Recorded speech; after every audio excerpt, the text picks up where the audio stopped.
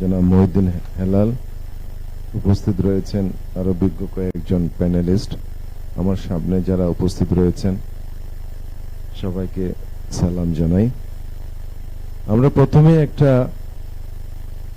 Presentation দেখেছি, সেখানে আপনার এসিআইপি বাংলাদেশে আমার জানা মতে 3টা অ্যাসোসিয়েশনকে স্কিল ট্রেনিং এর জন্য তারা প্রজেক্ট দিয়েছিল।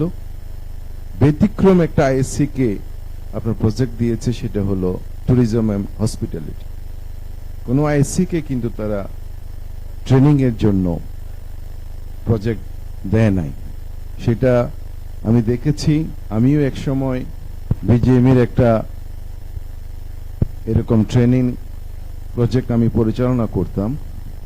81% জব প্লেসমেন্ট এখানে হয়েছে। এটা কিন্তু খুবই একটা আশাপ্রদ জিনিস। নর্মালি এতগুলো পার্সেন্টেজে জব প্লেসমেন্ট করা খুব সিরিয়াস একটা বিষয়।